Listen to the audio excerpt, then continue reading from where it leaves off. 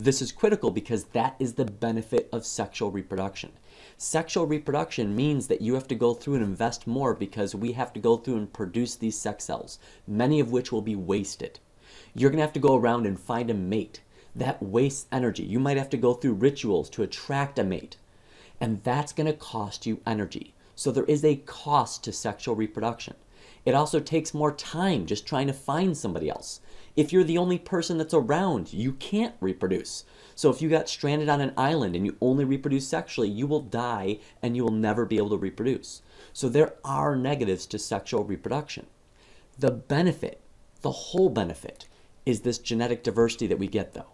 Because when you've got a world full of predators and parasites that want to get to you, if you are alike, it makes you a bigger target.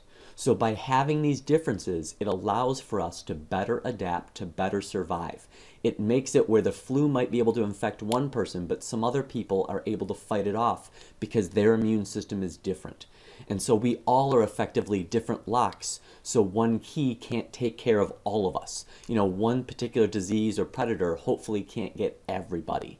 That is the major benefit, especially if you're a species that grows more slowly or is a longer-lived species. We've talked about this idea where if you're going to go through and reproduce very seldom, you're not going to get much mutation, so you need something to give you diversity faster.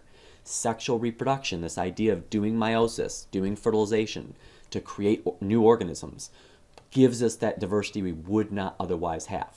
Now, if you're an organism that's exposed to pressures where you have to reproduce very fast, you know, where energy is at a premium, asexual reproduction is good. I mean, you see bacteria, you'll see many single-celled eukaryotes will reproduce asexually, even some larger organisms. There's some lizards, there's some insects that will reproduce asexually because it's so much faster, because it requires less energy.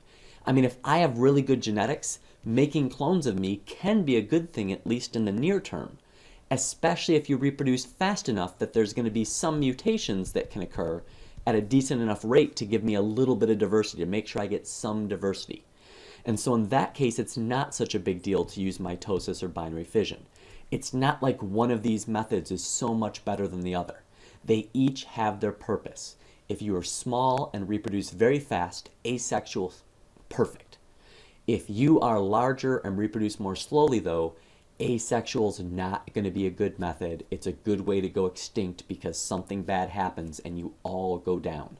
So sexual at that point will be the better method for those particular organisms.